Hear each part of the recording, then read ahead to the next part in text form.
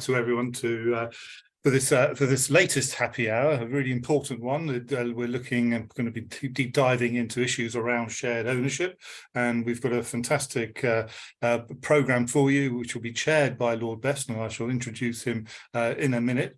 I just wanted to say, though, I had the great privilege of being invited by Richard to join the panel, which led to the So Happy report, and to say a few words at the launch, which very much sort of gave a sort of spotlight on why we should be looking at greater tenure diversity and including shared ownership in our housing for people in a later life.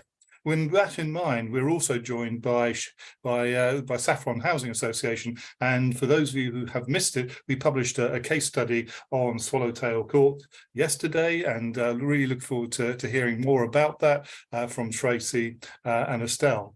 But before that, we'll be joined by Paul Hackett, who is one of the authors of the report that Lord Best is going to introduce in a minute.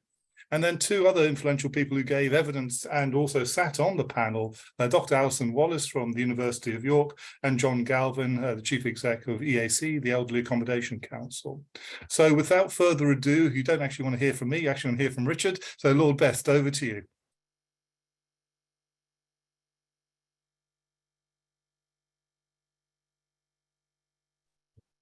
There we go. Jeremy, first of all, thanks to you, because, and indeed, congratulations as a member of the new Older People's Housing Task Force. We're all terribly impressed that you've been chosen to be one of this excellent group. Congratulations on that. Just to say in passing, we are very pleased that this Housing Task Force, which my all-party parliamentary group's been campaigning for, has actually emerged. The Housing Minister, Rachel Maclean, is jointly chairing it with the Care Minister, Helen Whately, and it's got a new chair, Professor Julianne Meyer. She has a background in nursing as well as in academia. Sounds to be absolutely perfect for the job, and a very good cast, of which Jeremy is a star, to take on this role. We do put a lot of hope in government taking a close interest now in how they can increase the supply of older people's housing, retirement housing, extra care housing, and the rest. So that's off and away, and that's good news for us. Just one other bit of news from my all-party parliamentary group, the one on housing and care for older people. We are just launching a new inquiry. Today I'm going to talk about the shared ownership inquiry, but we're going to have a new inquiry on regeneration of outdated sheltered housing. We're using the old phrase sheltered housing meaningfully, because there's an awful lot of housing stock out there built for older people in the 1950s, 60s, 70s, even 80s, that's now very tired. Still a lot of bed sits left over, still a lot of properties that are really not up to scratch. We've got to do something about this stock. Otherwise, people will not downsize, right size out of their social housing into the sheltered housing of yesteryear. And we want to know how best to do that, what part Homes England can play in funding that, looking at replacing, repurposing, regenerating our stock of older sheltered housing. So that's the next installment. And Jeremy, I'm hoping very much you're going to bring your team and help us with that new inquiry. But today it's shared ownership for older people, making retirement living affordable. The role of shared ownership housing for older people. There's our headline. As some of you know, we use this banner, Housing Our Aging Population, Panel for Innovation, which spells out HAPPI.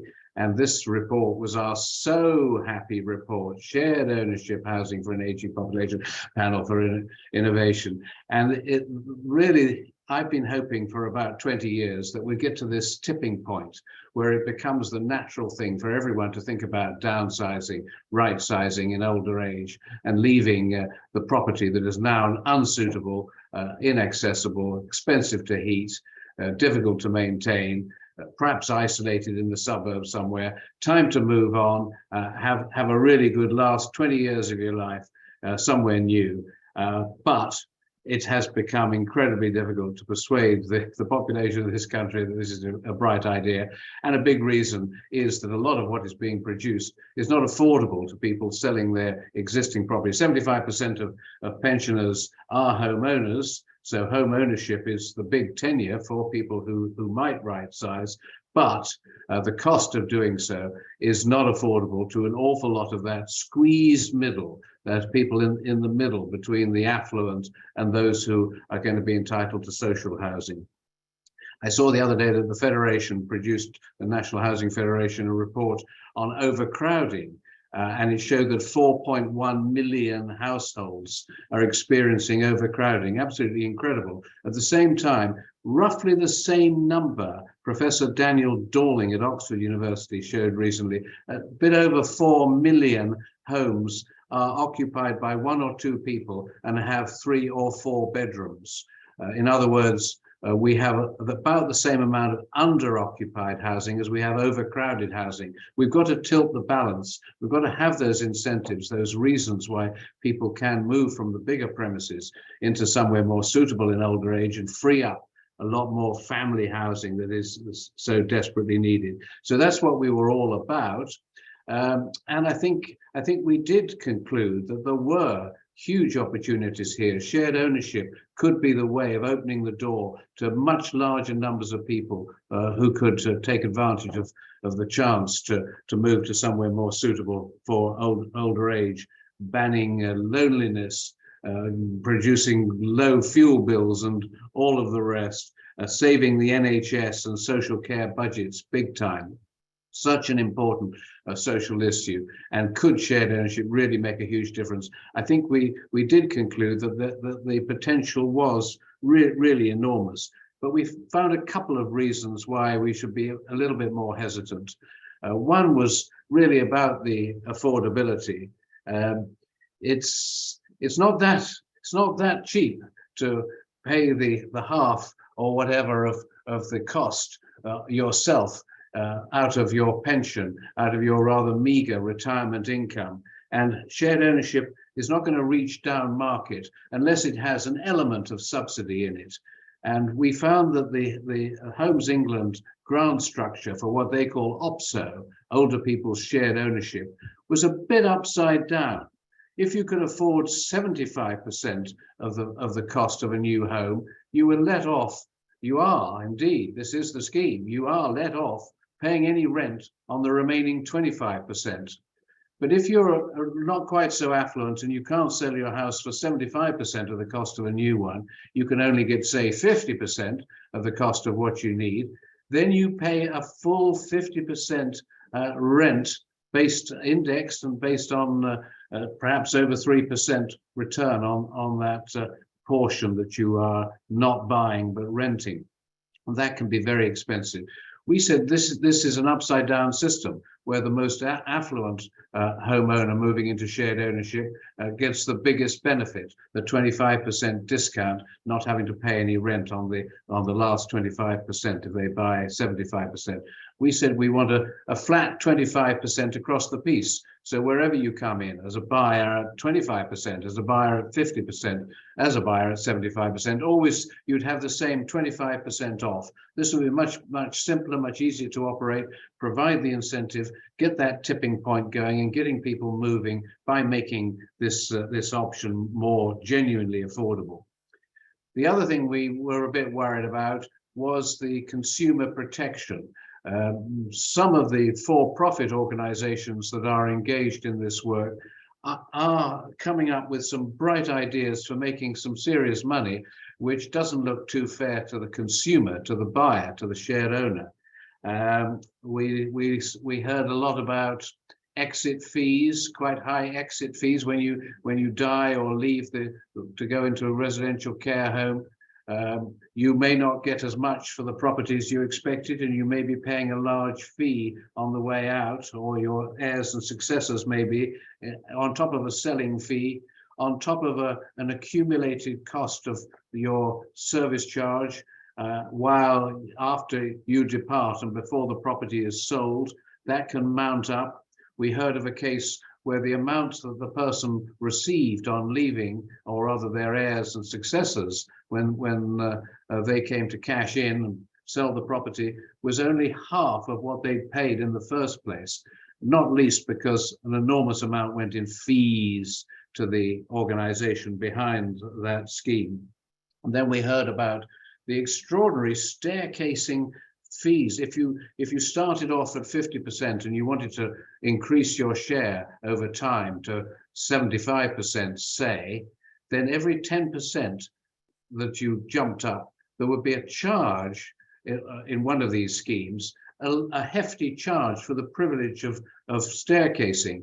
And you weren't allowed to go in jumps of more than 10%. So you found yourself, if you wanted to buy an additional 25%, with a huge bill for the cost of staircasing up, and of course no chance of staircasing down. So we thought that leaseholders, as they are, shared owners and leaseholders, needed a bit more protection, particularly older people who haven't read the small print and may not have, as they should have done, engaged a good solicitor in the first place. We thought that we needed to build in a bit more consumer protection for the occupiers. Well, there is a leasehold reform bill coming down the line. I believe there was a statement in the House of Commons this afternoon, something on these lines. We are expecting legislation that will be there to protect leaseholders. And I think that leaseholders who are older people who are moving into retirement housing are going to need special attention, because there are some people out there who are quite happy to make a good deal of money, and indeed will sell the rental income on to private investors who are probably based in the Cayman Islands, who knows. So there are opportunities here for people to take advantage of this new market.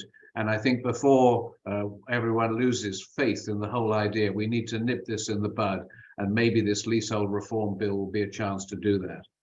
So that's enough for me, and I'm delighted to bring onto the stage the next speaker, Paul Hackett. Paul is the director of the Smith Institute, a really good think tank that I've worked with over the years. They did the famous Affordable Housing Commission, which was a big success.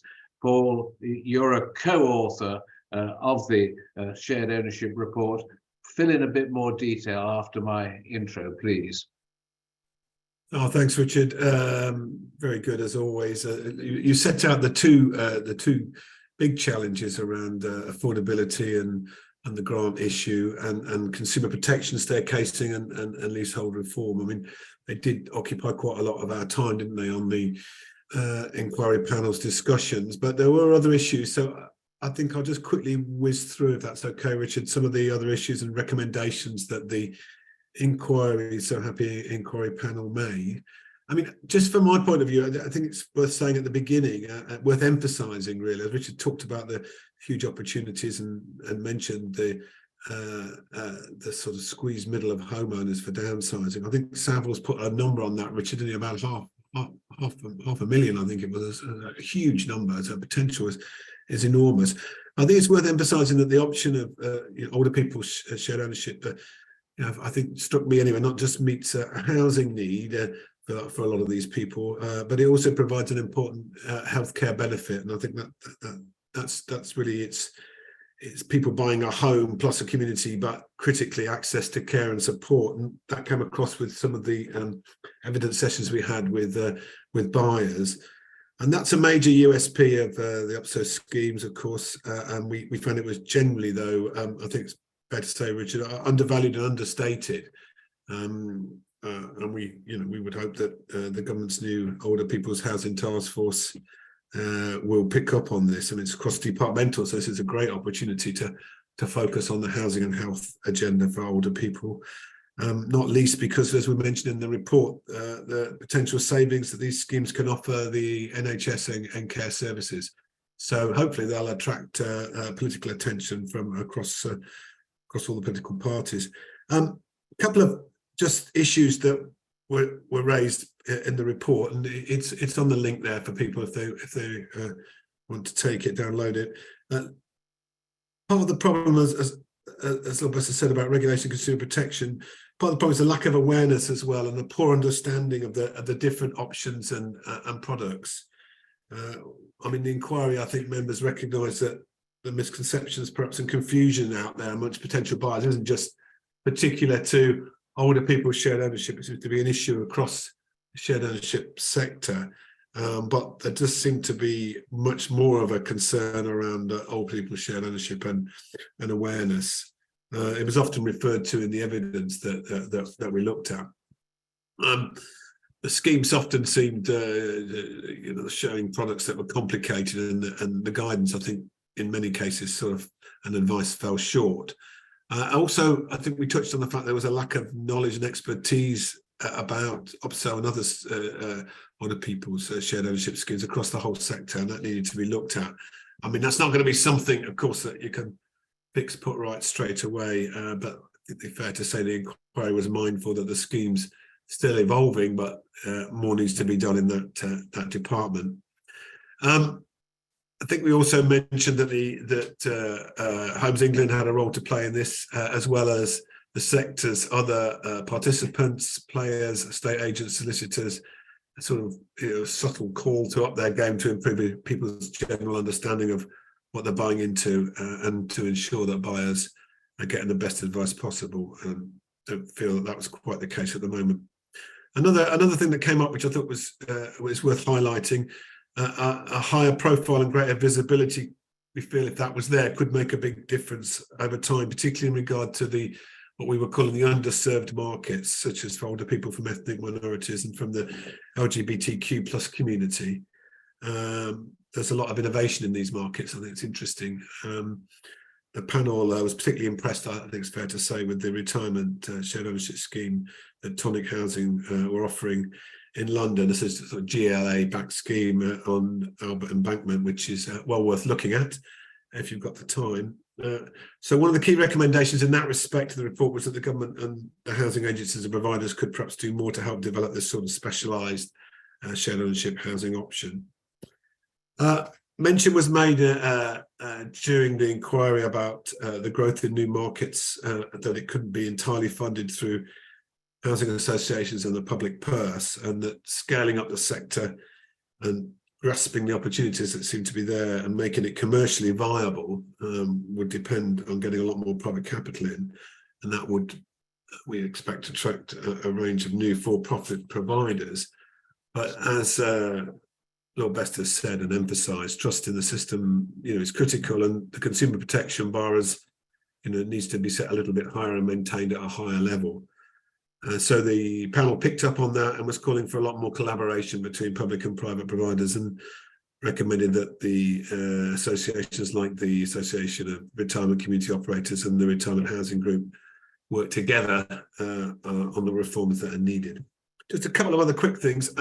We talked about local government, about it playing a bigger role and being more proactive, obviously aware of the capacity capability issues that are also there in local government at the moment, and particularly in the planning authorities. But did hear about good examples of providers working with local authorities and about the positive steps that are being taken regarding accessibility. And many of you will be familiar with the HAPPI Care Ready design principles. It was felt that perhaps with a lot more government support to councils, a lot more could be done in that regard.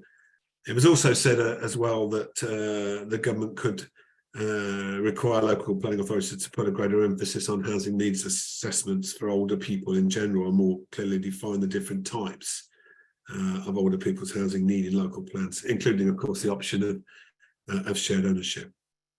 It's also round up really to bring together Richard's points and observations and my own. I mean, I don't think we want to give the impression that the inquiry was all gloom and doom. It wasn't. A lot of the evidence showed up positive developments in the sector, and the panel, I think, generally welcomed the government's new OPSO scheme. And you can see in the report when you read it that there are areas where progress is being made. I've touched on a couple of them. But that said, moving forward, I think there are big challenges, and inquiry identified them, especially around regulation, grant, consumer protection, resales. I mean, these need to be addressed. If the market's going to develop at anything like the pace that it potentially could. I think these issues need to be looked at sooner rather than later. Getting the sort of scaling up that we were talking about will require dealing with these issues at the same time.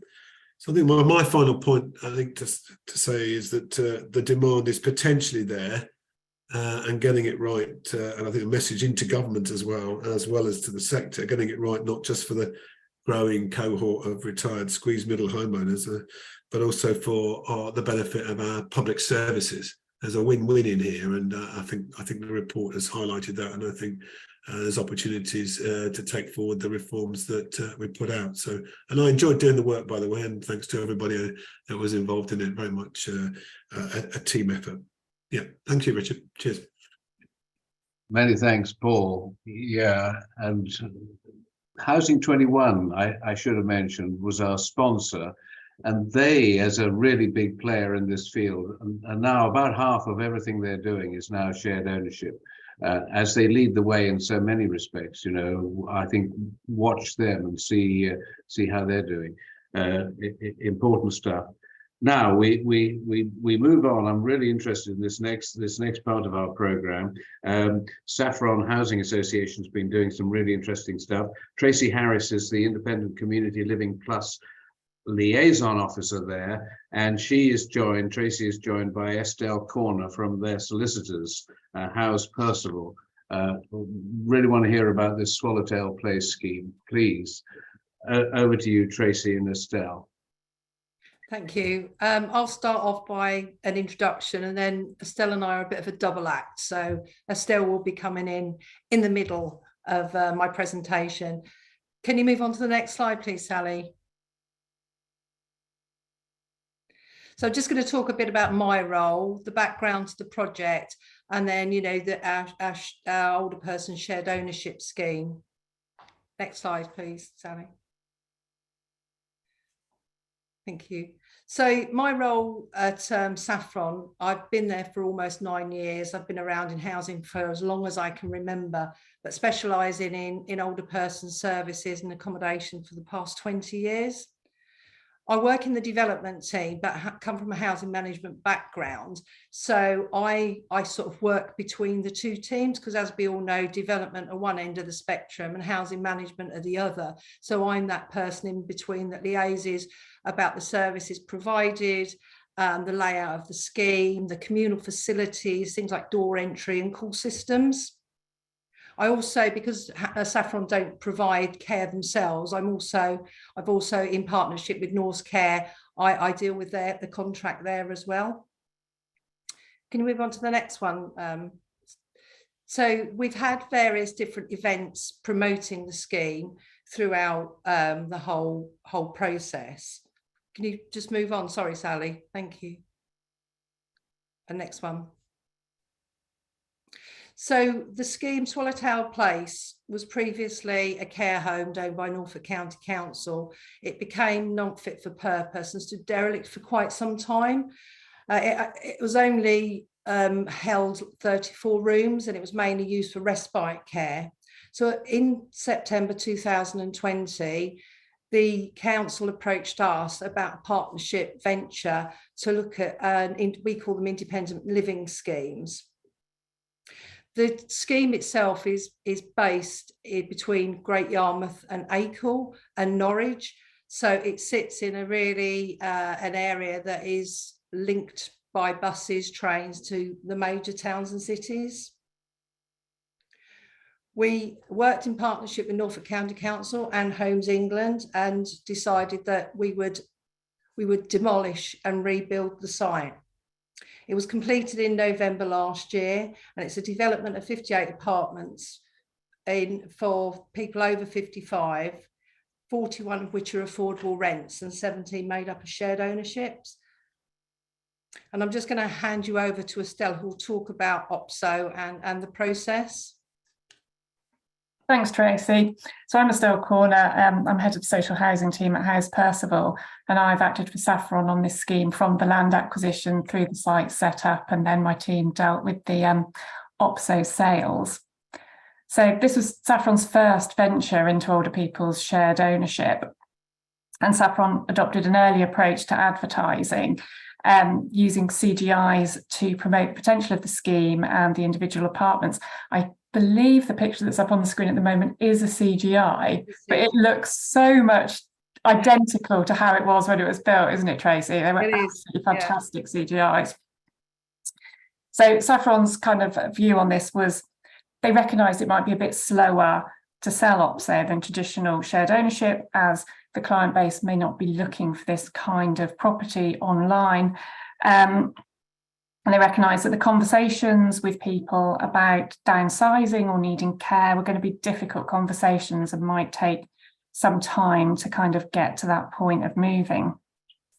Saffron also felt it was really important to provide training to the estate agents involved in selling the OPSO units to ensure that they really understood the OPSO scheme and that it wasn't missold or misunderstood by prospective purchasers. And Saffron were at pains to make sure that the adverts were clear and that all the publications they made about OPSO and the scheme were transparent and easy to understand.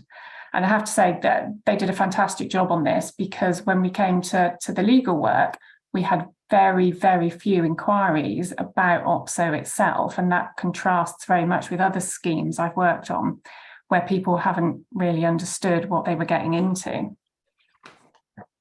And for Saffron, it was crucial that estate agents and their sales officers understood that they weren't allowed to use harsh sales tactics with the buyers and that there was no canvassing.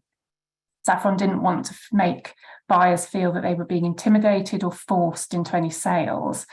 They wanted to be there to facilitate the purchaser making the decision with their support network. And part of this was Saffron being very clear about service charges and the costs associated with the OPSO purchase. And bearing in mind also that it's very reasonable for these potential residents to be thinking about future costs and having funds available for their future care needs. I think on reflection, Saffron felt that they perhaps marketed the properties too early in the end, because actually, unlike traditional shared ownership sales, this market, they wanted to visualise the apartments on site. They wanted to see the product rather than through the pictures and the CGIs. And we did the legal work for off-plan sales, but in fact, none of them were off-plan in the end. Everything exchanged once the properties were ready. It was important for Saffron throughout the whole process, to say that the understanding of OPSO was very clear to the prospective purchasers. And they did this initially through in-house publications, additional training for their estate agents, and clear and honest discussions with the purchasers and their families to avoid any confusion. Partway through the sales process, Homes England introduced the key information documents. So we had to adjust the sales packs to include those new key information documents, and that helped Saffron to ensure consistent messaging and transparency, including their property adverts, where they illustrated how purchasing different percentages would impact on monthly costs. And they also used an independent financial advisor to have the same conversations with prospective purchasers.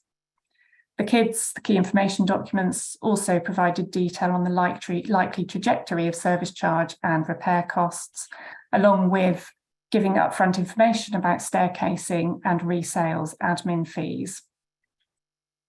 I think there's a couple more slides, if you could move forward, please. I think we've got some of the show homes. Oh, maybe another one, Tracy, do you think?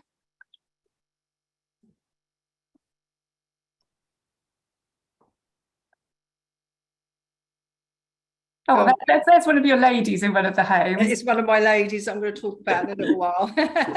So, yeah, Saffron provided 2 show homes quite early in the scheme, as soon as they could, where people could come along and see a 1-bed and 2-bed apartment. And myself and my team went along and had a look at those, and they were fantastically kind of kitted out for people to see.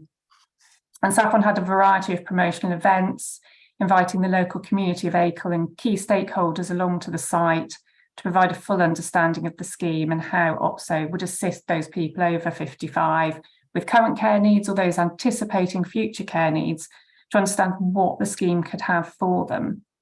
And one of those things, obviously pets are very topical at the moment with the Renters Reform Bill in the private sector, but Saffron has got a pets positive policy already, and many people who might have been put off that they'd have had to have been separated from their pets moving into these kind of OPSO flats, they've been reassured, and some residents have moved in with their pets. So yeah, I'll hand back over to Tracy and talk a bit more about the scheme. Thank you, Estelle. So the current situation with regard to our shared ownership, we've got all the apartments are reserved. We completed 6 between December and March, when we opened till March, and a further 5 completed in between April and May. All the others are in the reservation process. I mean, this scheme has been a fantastic project to work on.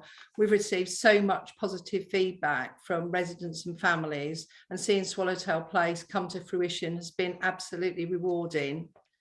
When we designed the scheme, because we were conscious of the shared ownership and the rental side, we wanted to remove any them and us. So the shared ownerships are actually pepper potted around the scheme, but all the apartments internally are identical with regard to appliances, colour schemes. You wouldn't know which one was a rental and which one was an owned property. But all our apartments boast a balcony or a Juliet balcony, so they get that real feeling of outside space. The main communal area is open to the public, and it's become a real talk of the town. We've got a top class caterer in there, and it's literally buzzing. Have that said, that we've also got a residents' own bar and activity room, so they have got their own space. As you saw from the pictures, the reception, we've kept it bright, breezy. We wanted to get that sort of more hotel homely feel than a traditional care scheme. And hopefully we've sort of achieved that, but it's become a real community hub. We have staff on site Monday to Friday, and they help with any housing related queries. There's also 24-hour care that's provided by our partners, Norse Care. The care is tailored to individual needs. You have to have a minimum of 4 hours to access the scheme, but all residents have to pay a peace of mind charge, which is from planned care needs and 24-hour access to help in an emergency. We've got fully automated mobility scooter and bicycle store. All our flats have got call systems, door access, and all our floors are colour coded. The outside is absolutely beautiful because we've got some of it is still established from the old scheme. So we've got a wild garden, flowers, plants that look absolutely beautiful. I've been up there today. Also, we were really delighted to recently receive a gold Secure by Design award by the police. Our aim was silver, but we were actually recommended for gold, which we achieved. So it gives us peace of mind that families feel that their loved ones are secure in their homes. And now this is a picture of one of my first shared ownership residents. This is Jenny. She moved in February. She previously lived in a 2-bedroom house, which was no longer suitable for her needs, right in a town centre, really busy roads. And she's absolutely, her testimony to Saffron and the scheme is absolutely amazing. She said that all she could wake up and see was cars. She'd only ever hear cars, and now she looks out at a beautiful garden, sitting on a balcony having a cup of tea. The scheme itself has just become really popular with residents and families. It's become alive and buzzing. We held an event recently for rental and shared ownership, but most of the interest was in shared ownership. So we've now got a reservation list of people wanting to buy. I think Saffron really recognises the potential of this and these property purchases and the difference it's making to those people that's moved in lives. The success of the scheme has led to Saffron now working in partnership with NCC and Homes England to develop a number of schemes throughout Norfolk. The next one, which is 107 units, and we actually start on site early next year. Thank you.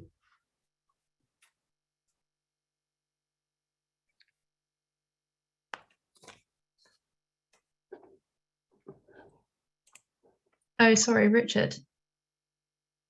I think you may be on mute. I'm on mute. There we Great, are. thank you. Doing your job brilliantly there. Thank you.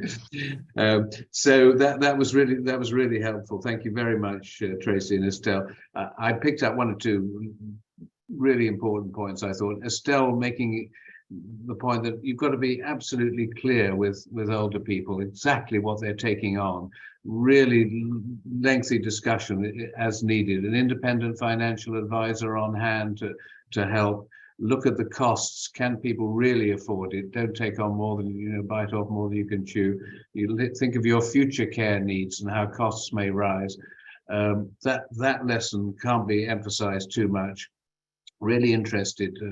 Tracy saying that with the next scheme, most interest, indeed, at Swallowfield, the most interest is in the shared ownership. It really is. You really are tapping into a new and bigger market. But it takes time to sell. I chaired the Hanover Housing Association for many years, and we used Savills to sell for us. And Savills told me that it takes 4 visits for an older person to decide whether or not they want that flat. Whereas the young family who are desperate to leave with their in-laws or expensive flat or whether they'll buy after looking around the show house. We'll take it. Older people, 4 visits, I'm afraid, first with the daughter, then with the other daughter, then with the son-in-law and the daughter. But eventually people move in, and this is, I think, a really successful model. So many thanks for all of that. Now, some commentary, if we may, from Dr. Alison Wallace from York, from the Centre for Housing Policy at the University of York. Alison, some thoughts from you, if we may. You're doing my being on mute business. I am. Apologies. Thank you so much for affording me the opportunity to comment today. I really commend Lord Best and Paul and the others involved in the inquiry panel team for the comprehensive and detailed work on this, and that was obviously a really interesting case study as well. I was really pleased to contribute to the inquiry as well, based on the work I've done with my colleagues over the past few years on mainstream shared ownership products. And my comments today into the inquiry were drawn really from our last report that we did for Aberdeen Fair Finance Trust on affordable home ownership and risk. So just move this forward. Yeah, so as people have already alluded to, we know there's a real impact on low quality housing, especially on older people. There's been loads of reports over the years that illustrate the problems from lack of investment in later life through limited funding or the energy and wherewithal to organise the maintenance. But shared ownership product may also support older people following relationship breakdown or leaving insecure, poor private rental homes, or if they're moving from unsustainable home ownership as well. So shared ownership fits the bill in theory for lots of people downsizing or right sizing or moving to better quality homes for a range of reasons, and bridges that equity gap in an affordable way. The option of combining this with care and support obviously seems really appealing and meets people's future needs as well. So there's definitely a role to expand the housing choices that we can offer older people. But really, you know, there are, as if people have alluded to, things to consider before that potential is realised. Firstly, satisfaction amongst shared owners is significantly lower than for general needs tenants. Satisfaction falls off after the initial buzz of moving in wears off.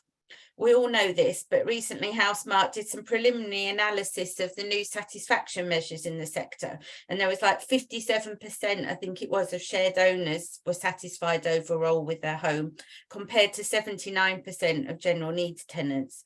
So we have a problem really. So, but what's going on here?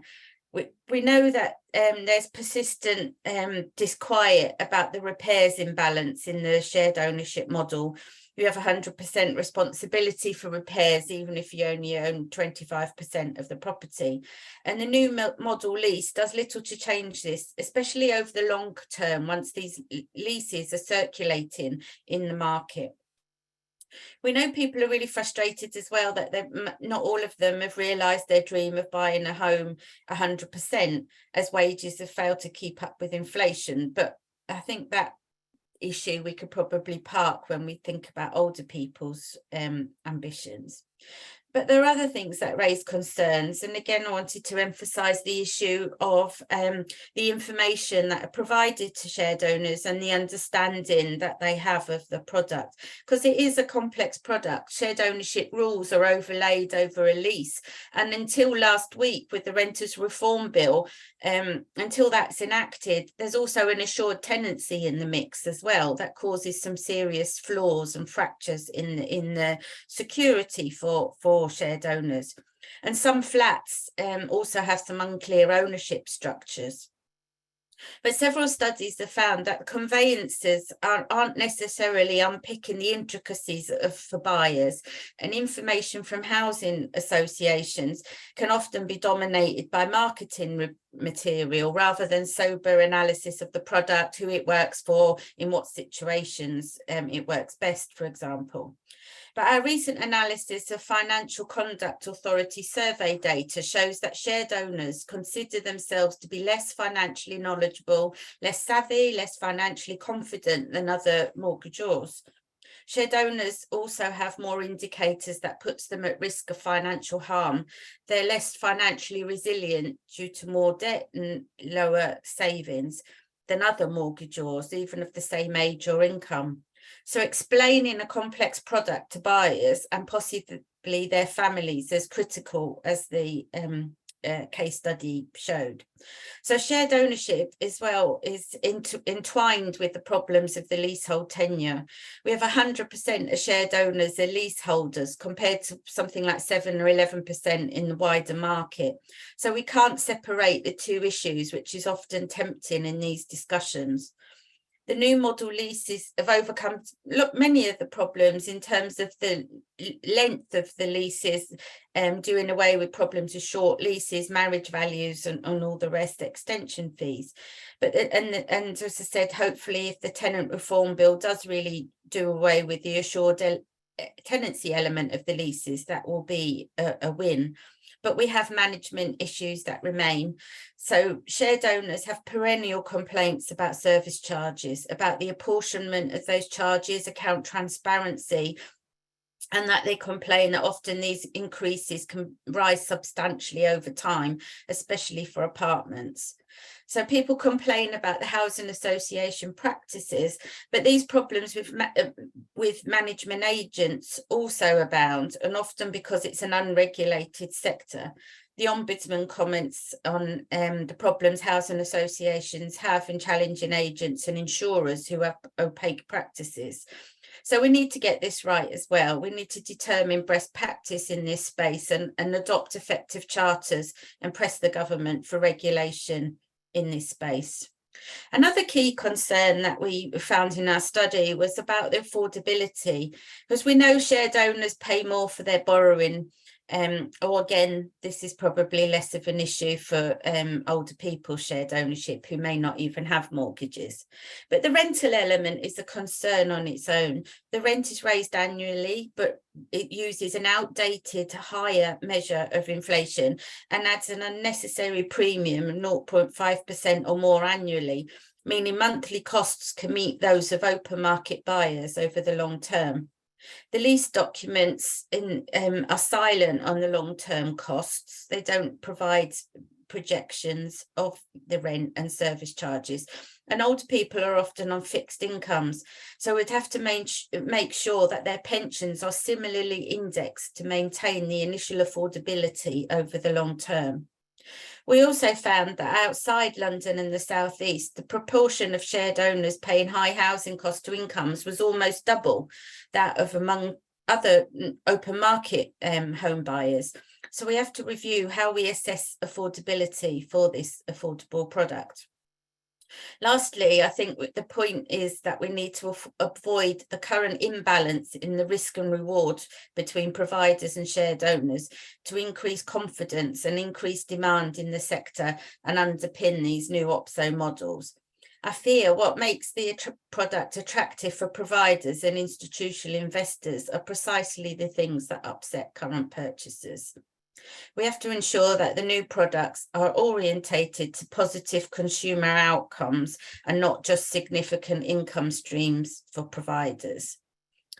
So I really welcome this report and the energy that's gone into hearing from a range of voices. I think it's entirely correct to highlight the issues of strengthening consumer protections in the sector. I think key agencies could do more to build greater awareness and critically of understanding of the product. Leasehold reform, as people have mentioned, is also critical. And I really like the focus on removing barriers for the sector to expand the offering to older people's accommodation, so planning, grant rates and buyback schemes that can help build a market here and increase trust and reduce risk for potential buyers. So shared ownership has potential, as people have described, but the report adds to the growing literature calling for reform in this sector to go further. The new model lease can't be the end of it. Peter Williams at Cambridge University is working with Social Finance and Halifax Bank to grow an industry-led movement for change in this sphere. And I would also recommend people engage with that project too. Okay. I think this HAPPI report is a strong contribution to trying to address the problems that currently exist in developing an equitable intermediate product to meet people's housing needs, and especially for our ageing population. So thank you. Thank you very much, Alison. I think some of your statistics didn't relate to shared ownership for older people specifically. They were, I mean, that satisfaction rate is not good, 57%, not a good stat. But hopefully, in terms of older people, we'll have a better rating as when we do those surveys and find out how satisfied people are. Thank you very much for that.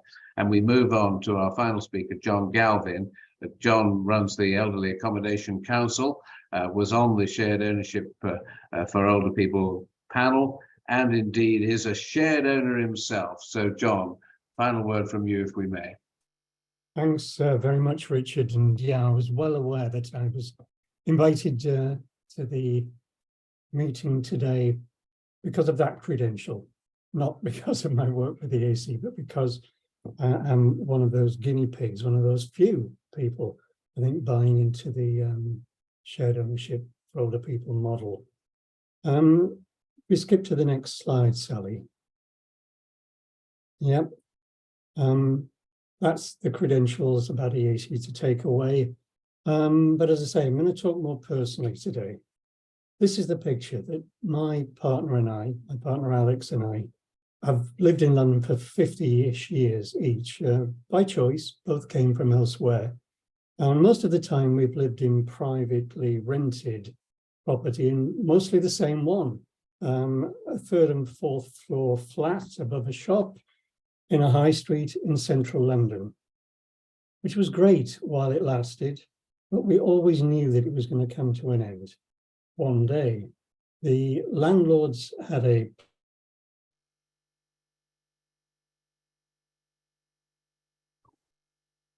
We lost you, John, all of a sudden. Going so well there. Let's see if, John, you're back again. No, we're not. Let's move to our question time, and we'll bring John in as soon as he returns. I think I can see John on my screen. Can anybody else? Yep, I can. Yep. John, are you there? I hope so. Yeah, okay, great. I'll pop your slides back on. You can carry on where you left off. I think you lost connection for a second, but I think we might have you back now. You're back again. John. Thanks, Richard. There you go. So I was just explaining that for 50 years we'd lived in a central London, third and fourth floor maisonette in an older building, lovely, in Shopping Street in central London. But things moved. We were always anticipating that this wouldn't last forever. The landlords wanted to develop the property, and we knew that we were going to face real problems when we came to meet. Probably why we put it off for so long, actually doing some work. But 5 years ago, we decided we had to get a grip on where are we going to move. And we were pretty clear that retirement housing was the right thing, it's what we wanted to do.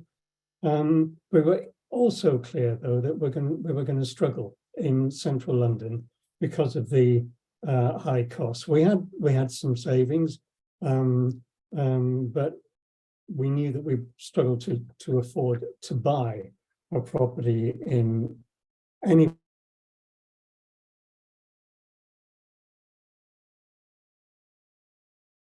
Frozen out there. We lost you again, John. I'm sorry, I'll race through the next slide, Sally, please. Yep, these are just a rehearsing of costs. I won't talk to them, but we've done the homework. What else? John, Yeah. just before you continue, it might be better if you turn your camera off so that we can just hear you. It might just help with the connection with your audio. Thanks. Yeah, perfect. Thanks. Thank you. Yeah, so we've done our homework, of course we have. That's what EAC does. So we knew the costs, yeah, and this table just really shows the highlight is that the median asking price of new properties, new retirement properties in Greater London is nearly 550,000. And that's a median price. We wanted a 2-bedroom, so we knew that the figure would be more like 650. That was beyond our means. We looked at rentals, but actually there wasn't much when we started our searching 5 years ago. There was far less private renting than there is now. And we knew that we had very little chance of accessing social housing. So a real challenge, and we came to the conclusion that we had to continue looking for shared ownership. Switch to the next slide, Sally. This is a rehash of an EAC graph that I churn out in different forms, but I did this one today to specifically show how little shared ownership retirement housing we have built in the last 50 years in the UK. The red bars, part of the red colour in these bars indicates rent, largely social rent. The blue indicates for sale and a little bit of market rent. And the bits that you'll find difficult to see, the yellow bits in the middle of the bars, show how much shared ownership has been built. It's very, very little. Next slide, Sally. I thought it'd be useful to relate this to Norfolk, as we've just been talking about Swallowtail Court, and look at actually what exists in the way of shared ownership retirement property in that county. And you can see from the flags on that map just how few existing places there are. Next slide, Sally. I've listed them here, and 11 of them. And I've listed them partly to be able to say, not only are there so few for such a big county, but there are so many differences between them. They're not duplicating each other. Some of them are single tenure, but very few. Most of them are mixed tenure. They include what we would call extra age exclusive properties, as well as retirement properties, as well as housing with care. And the far right column shows you the type of shared ownership, the model of shared ownership. They date back, they go back to LSE, leasehold schemes for the elderly. They include OPSO, a couple of them, but they also include McCarthy Stone's own shared ownership, which is gradually being introduced into their offer. So quite a big range of properties there. Adding them all together and counting down the McCarthy Stone ones, because there's only about 5% take up of the shared ownership offer in their developments, I make a total number of shared ownership properties in the whole of Norfolk of just 171. You take account of the fact that all but a couple of those schemes are not new, like Swallowtail, but already sold. then anybody new coming into that market in Norfolk is looking at a resale. And my estimated resale numbers based on 171 units is something like 15 a year, 15 a year for the whole of the county. So that really emphasizes, makes very clear how small a market this is, and therefore how little experience most people in Norfolk will have of it. Quick switch to the penultimate slide, Sally. Switching back to London, I've mapped, back to our own journey, mapped out the shared ownership available within 5, 6, 7 miles, depending on which way up you look at this map, of where we used to live. Again, similar number, very, very few. We'd had to acclimatise early on in this journey to having to look over a wider area. We were well prepared to do that. And in fact, having seen that there were only half a dozen potential shared ownerships within 5, 6, 7 miles of us in London, we did actually spend the first 2 years of our searching trekking out nearly every weekend on a day trip to somewhere else, outside of London, to cover off, hoping that we might find something that worked for us there. But ultimately, we came back to first decision number one, that we're Londoners. We would miss it. It's too important to us. We're going to have to find a solution here. And that took another 2 years of following, going out to see things as far afield, way beyond this map.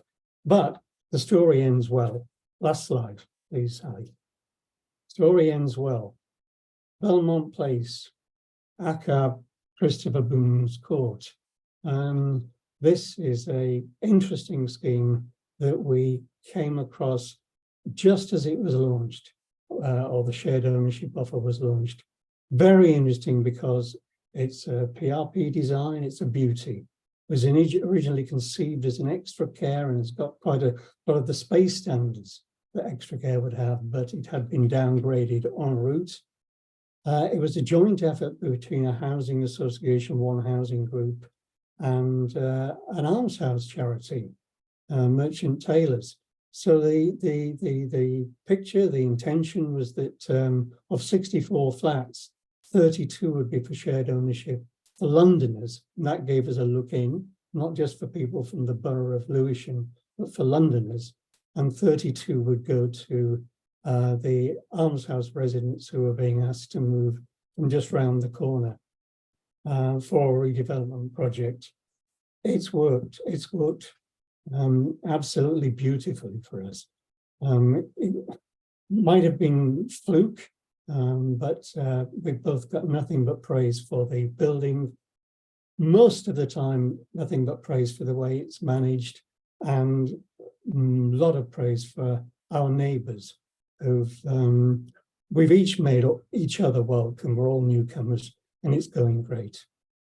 Thank you. Fantastic.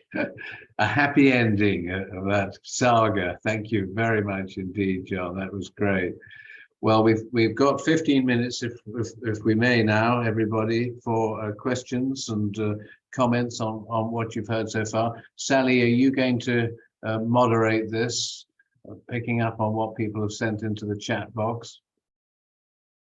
I think that might be Jeremy. You okay? Yes, I was just going to step in there, Sally, just to say we've had several queries, and please do post any more in the Q&A. Something that Christine kicked off with, actually, Richard, I think, which followed on a point that both Paul and Tracy made, saying that Homes England guidance now states that we should ensure that shared owner applicants get independent financial advice. Yeah. Is this a response to your findings, or do you think there's other advice is available? The point being made that there's a general lack of expertise and how they can avoid significant fees for this service, perhaps linking back to the point John's just made about so few come up every year. Are any of the financial advisors offering such a service, NFPs offering such a service at cost? Any thoughts on any of that? Alison? Yeah, as far as I understand it, there's a IFA's mortgage brokers and things who offer it free to many housing associations. So I think people can get advice, but whether it's about mortgage in the general wider market, it's about the mortgage lending and access to mortgage and assessing affordability, which is what Homes England want housing associations to use them for, or whether it's more widely looking at their whole financial well-being and into the future. I'm uncertain, so maybe someone from the housing association could say, because I think there's a difference about relying on the mortgage brokers for affordability when they're looking at the lender's requirements more than looking at the future for individuals. Good point. Perhaps Estelle's got a comment. Anybody else want to come in? Yeah, I mean, I think there's obviously the issue with the older person shared ownership that many people aren't getting, most people aren't going to be getting mortgages, so they won't be taking that kind of mortgage advice. They do need some financial advice to come from another direction. And it is important they go into this with their eyes wide open about the financial implications. I'm not sure how the independent financial advice was arranged on Swallowtail. Do you know, Tracy? As far as I'm aware, it was arranged by the estate agents, because obviously as it was independent, we sort of took a step back. So it was, you know, totally independent from Saffron. But like you say, that I don't think anyone, as far as I'm aware, had to take out a mortgage. So like you said, that they don't get that guidance. And also, you know, it's about solicitors as well, Estelle, isn't it? You know, understanding what the lease is and what OPSO means. I think often that was a bit of a barrier as well, but being able to get that legal advice. Yeah, that can be very, very tricky because shared ownership itself is specialist, then OPSO is even more complicated. Yeah, I think it can be difficult to find buyers, conveyancers who have that specialist knowledge. And so this is why I think it's also so important and so great that we've got the key information documents now, that you are giving that information up front to buyers before they make that emotional decision to buy. Because after that point, it might be too late for them to fully take on some of the full scope of the responsibilities that come with shared ownership and OPSO. I think you did well on that, didn't you, Tracy, with the Saffron information provided up front? absolutely. Yeah. And like you said, Estelle, that we were very transparent about costs, what it meant, what the responsibilities were. There was no hard selling. We understood, you know, that these could be vulnerable groups of people. Families, you know, were really wanted to know the more detail about the shared ownership, what it actually means and what it meant living on the scheme. So I think it is about, you know, trying to reassure people that, you know, we're there to support them. Richard, I was wondering if Paul had anything that may have come through from the research. Yeah, I mean, we were prodding Homes England with a stick a little bit when they were giving evidence, and so it hopefully had some impact on them stepping up a little bit more on understanding the issue. But generally, it's difficult, as Richard made the point earlier on about the extra effort you have to make with older people in particular. You have to do the extra effort, and that costs, and that's time and money again. And I think this is an issue about who pays. But generally speaking, you know, from the evidence that we got, it was clear that more needed to be done if we're talking about garnering, gaining the trust that we need to sort of scale this market up. And it's, you know, we've seen it elsewhere, haven't we, in housing world, when equity release had problems, and you know, you get tarnished, and now in today's world of social media, I mean, reputations can be destroyed in no time. And so I think people are nervous about it, so that it needs a strong consumer protection, more effort on the training side, I think, as we mentioned in the report. And that takes time, but estate agents in particular, we found, were not particularly as versed as they should be. So get the new information documents, good stuff, that's great, but you know, there's more to it than that. It's not just issuing the documents. We've sure Estelle will tell you that, you know, it takes time and effort to understand them, and then it's a skill set as well in communicating, particularly to that cohort of people that they're trying to get the right package for themselves, and perhaps not quite as sharp as they were when they were working. John. Yeah, thanks very much. Just wanted to throw in that in the days when EAC was delivering information advice direct to the public on a bigger scale, and by telephone rather than just by web, and working with local partners, we knew that financial advice had to be integrated into the broader housing options advice that our team was skilled at. And we chose to work with SOLA, the Society of Later Life Advisors, starting with a bunch of independent financial advisors around the country who were qualified, more qualified than others to advise older people. But even then, we found that the onus was on us, and we rose to it, was to develop a training program for independent financial advisors, members of SOLA, who wanted to be on our list of people we would refer to, yeah, to help them gen up on shared ownership and all the other dimensions to buying into, on paying service charges and all the rest to do with retirement housing. So only a percentage took up the offer. I was very disappointed at that. But the ones that did, a few dozen, there's potentially still a way to go in future to keep the information advice under one banner, but with specialisms like the financial advice one within it.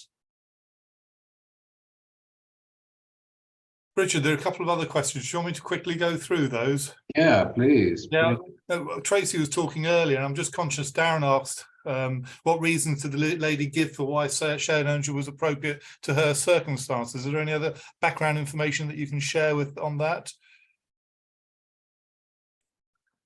I think she'd looked at some of the private schemes, which I won't name, which was because she'd just got a 2-bedroom terraced house.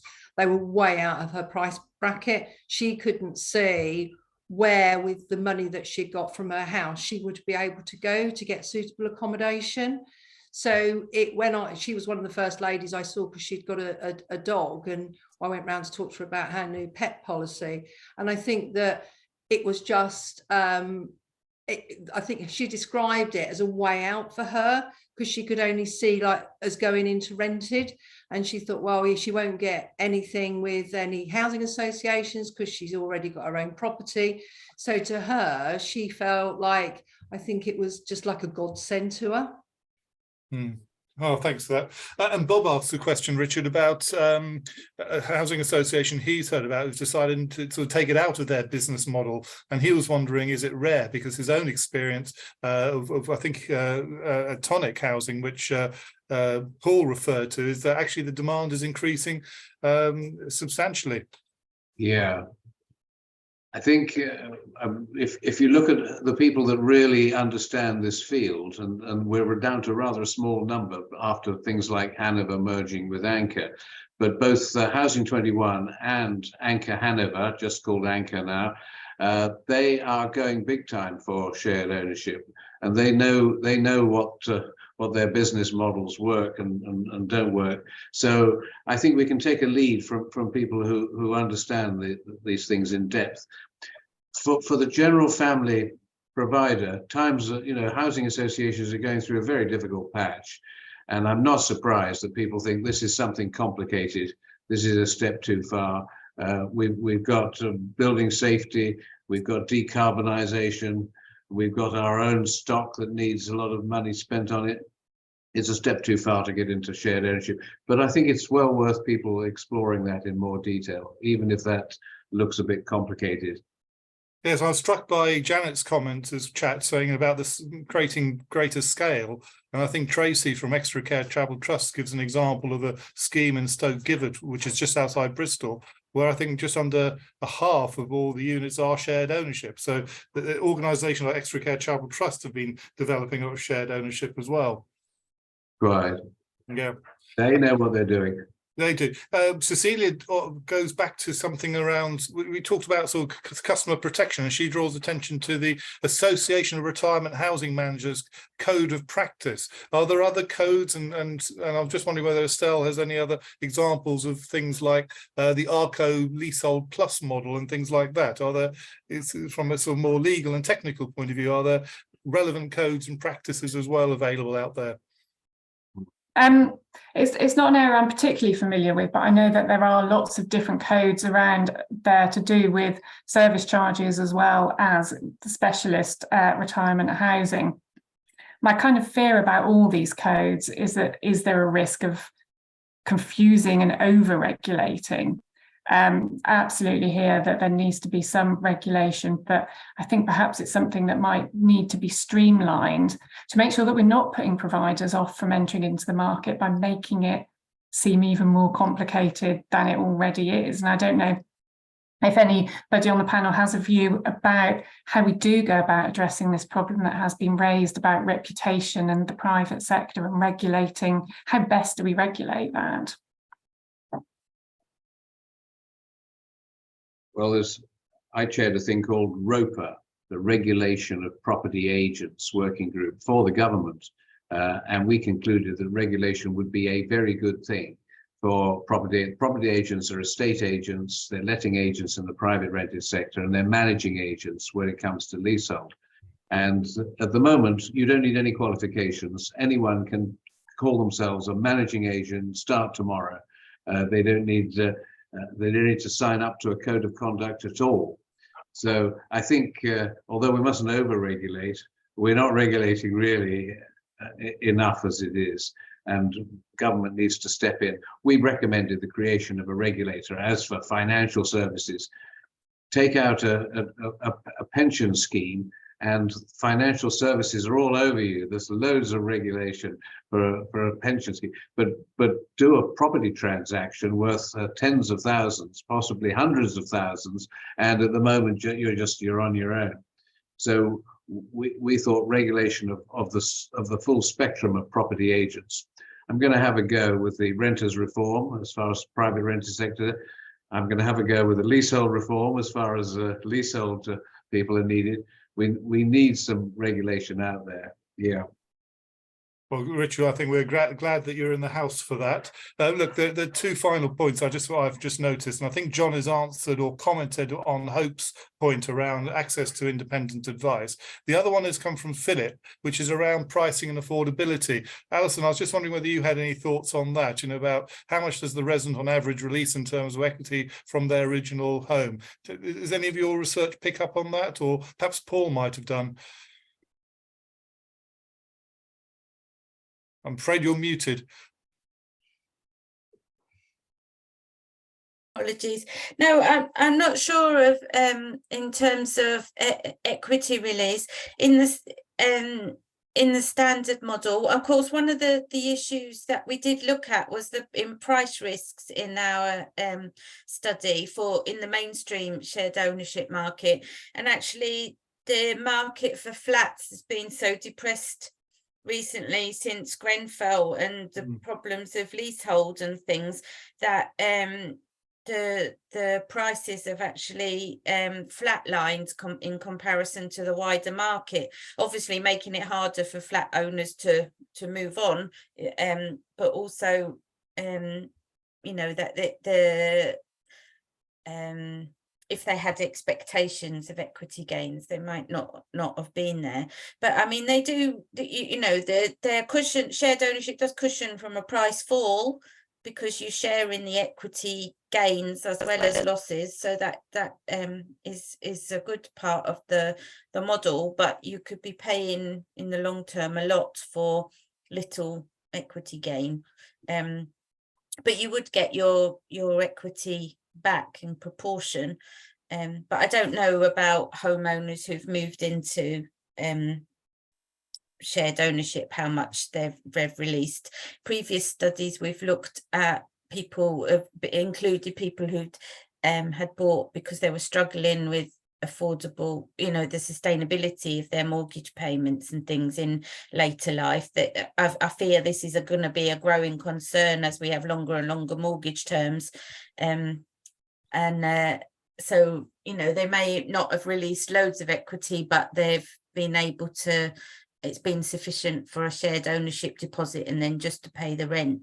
So I think there are benefits of the model for people like that. So yeah, sorry, I can't answer it in detail. That's all right. Well, look, Richard, I'm going to hand it back to you before I wrap up. And any final comments or thoughts from the session? Well, just to say many thanks to the HousingLIN. We do these reports, they go onto the shelf, nobody reads them again, they're lost forever, all our hard work is forgotten. But the HousingLIN picks them up and runs with them, and not least has a happy hour to ponder them, which is really great. So very many thanks, not just to this wonderful panel. That was a very, very interesting afternoon, but also to you, Jeremy, and all your colleagues at the HousingLIN. Thanks for having us.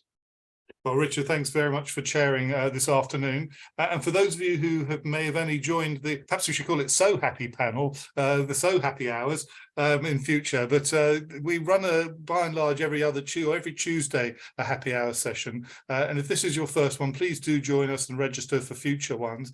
Next week, we're running something looking specifically around the cost of living crisis and the impact on supported housing. So please do join us.